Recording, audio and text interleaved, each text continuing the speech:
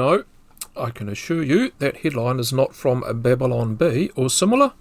Far from a parody. And I'm fairly crap on Photoshop as well, so I don't have the capabilities to knock one up. That menacing headline is indeed real. Make that headlines. To make sense of this, we first really need to recap on the complicated business of who claims what at the South Pole, especially so if you missed my last video. That was the on-again, off-again Scott Island, which falls into New Zealand's Antarctic domain.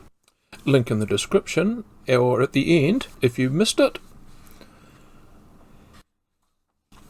The Antarctic Treaty was signed in Washington in 1961 by Argentina, Australia, Belgium, Chile, France, Japan, New Zealand, Norway, South Africa, United Kingdom, United States, and USSR. 7 of these countries have territorial claims to parts of Antarctica, being Argentina, Australia, Chile, France, United Kingdom, Norway, and wait for it, New Zealand. This treaty was significant in that it meant all future territorial claims on Antarctica were frozen, pun intended, put on ice, doubling down and engaging in poor idioms, stipulating that no new claims could be made. Territorial claims are basically scent marking chunks, and the prospect humans get so desperate for oil, it's stuff the penguins, drill baby drill. Not that other countries recognise the legitimacy of these claims though. A lot more countries have come on board since 61. Take Greece and Pakistan for example. And since Antarctica is not a country, no permanent population, there's no government, which as a hardcore libertarian sounds like paradise. Well, paradise just as long as you're into cross-country skiing and drinking. The biggest issue for anyone seconded to one of these scientific bases centres around the sheer isolation, boredom, monotony. Take, for example, the US base at McMurdo Sound. In the summer, it's buzzing with 1,000 scientists and auxiliary staff, from chefs to cleaners.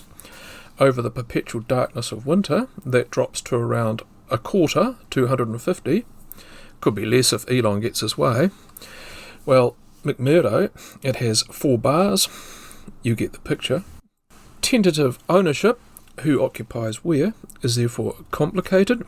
Exists more on a shake of hands than anything. Treaty or no treaty, the allure of owning a frozen Saudi Arabia means we're not short of governments wanting to pee upon trees. Good luck finding one of those. The closest one or thereabouts I've already covered in a video. That's the one in front of you, the one on Campbell Island. I think you'll be quite surprised as to the countries that have had or do have research facilities / programs at the South Pole. Not just the aforementioned ones we know about like Australia, Norway, Britain and USA, etc. Add to that Brazil, Bulgaria, China, Colombia, Czech Republic, Ecuador, Finland, Germany, India, Italy, Poland, Romania, South Africa, South Korea, Spain, Sweden, Turkey, Uruguay. Far be it from me to spread dispersion on the motives for, say, Bulgaria and Romania, the shores of both of them facing upon the semi-landlocked brackish waters of the Black Sea, the totally landlocked country of Czechoslovakia having an interest, and why Turkey wants to do research at the South Pole and not the North. Still, it could be said, if it's good enough for India, after all, when you think of icebergs' average yearly temperature in the interior of minus 55 degrees Celsius, you immediately think of Indians making snowmen. Why shouldn't Iran have a crack? Besides, what's the deal with Belgium getting the cushy front row seats? Belgium has historic credentials.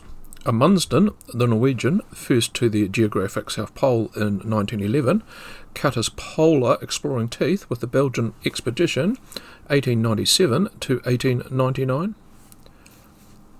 Same could be said for the Russians, now technically Estonians, which is where Bellingshausen was born. His expedition also sailed through Cook Strait in June of 1820, traded with Maori. That's why one of the largest collection of Maori artefacts, cloaks in particular, is in St. Petersburg. Indeed, why shouldn't Iran have a crack then, when Chile has been making a similar tempered murmurings to Iran? That's Chilean President Gabriel Boric down at the ice in January 2025, beating his drum, claiming Chilean sovereignty of their slither, Defence Minister in tow, which, to be fair to Mr. Boric and the Chileans, shows more commitment to the frozen continent than the leaders of, say, Argentina, Australia, Belgium, France, Japan, South Africa, United Kingdom and USSR, or Russia. Out of all those main players and claimees, only the leaders of Norway and New Zealand have ever bothered to step a foot down there. Can we take Iran's sabre-rattling seriously? Not really. Iran has way bigger issues to contend with. The country is dead broke. The GDP of Iran, population 90 million, is US dollars 400 billion. New Zealand, population 5 million, GDP 250 billion per annum. Wild pronouncements from on high about South Pole bases, a little more than a distraction to the average Persian in Yazd, Isfahan, Kashan and Tehran, all of which I visited in 2017, along with a few others. One thing that immediately strikes you when you arrive in the Islamic Republic of Iran is the place looks like your country did in the mid-90s. It's literally stuck in Groundhog Day 1995. Don't get me wrong, it's a great place to visit. It's cheap and plenty of cool stuff to see, and the locals, they're super friendly. Fascinating country, and as a Kiwi, you can travel freely on the buses with the locals in our case. Grandiose proclamations of this kind aren't exactly new to the locals. This isn't the first time the regime talked about a base in Antarctica. The first one was toward the end of the 8-year war with Iraq, 1987. The basis for a claim back then was founded on latitude. The Iran-Iraq war was cruel and crude. Mustard gas, suicidal mass wave charges. A conflict which cost over 500,000 Iranian lives. Omnipresent today, haunting billboards of the dead soldiers adorn the major streets. We also tend to forget Saddam's Iraq was backed by the West. In a similar fashion, we also forget the Norwegians and Russians took the gold medals for South Polar exploration. That Middle Eastern war in the 80s, the military, big things in Iran, and constant presence. Propaganda is everywhere. Some of it of an ominous nature,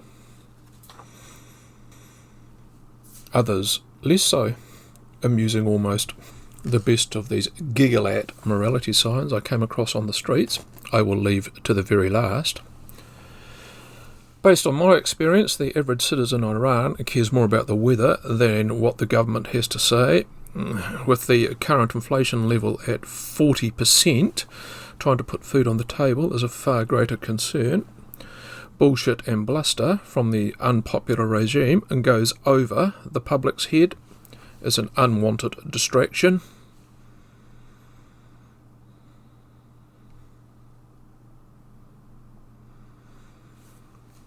In terms of geopolitics, Antarctica, the oil beneath the ice, the shit hitting the fan when oil becomes scarce, and cheap energy being the main driver of any economy, the stakes being so high, there are two other countries that pose far greater threats, China and Russia. Like Iran, they've not exactly been too secretive about their long-term plans, and they're just not talking about it. China lodges plans for a new Antarctic station at Marie Birdland, but says there's no geopolitical motives behind expansion. China has 5 bases at the South Pole, soon to be 6. Russia could rip up decades-old treaty and claim oil-rich Antarctic land. Russia reportedly finds vast oil and gas reserves in British Antarctic territory. Russia has 10 bases at peak season. If anyone can take over Antarctica, has the Navy, well versed in operating in polar conditions, vessels capable for the task, it's Russia. They have as many icebreakers as the rest of the world combined, and as we know, they don't care too much about international law, treaties, those sort of messy things. Trump's batshit idea of trying to take over Greenland is part admission they are way behind the Russians when it comes to the Arctic. The Spectator sums up the current situation nicely. A very cold war looms in Antarctica. In 2 decades, New Zealand could well be at the forefront of a global conflict on the ice. Now, today, it seems like the best time we need to think about our role in defending our position.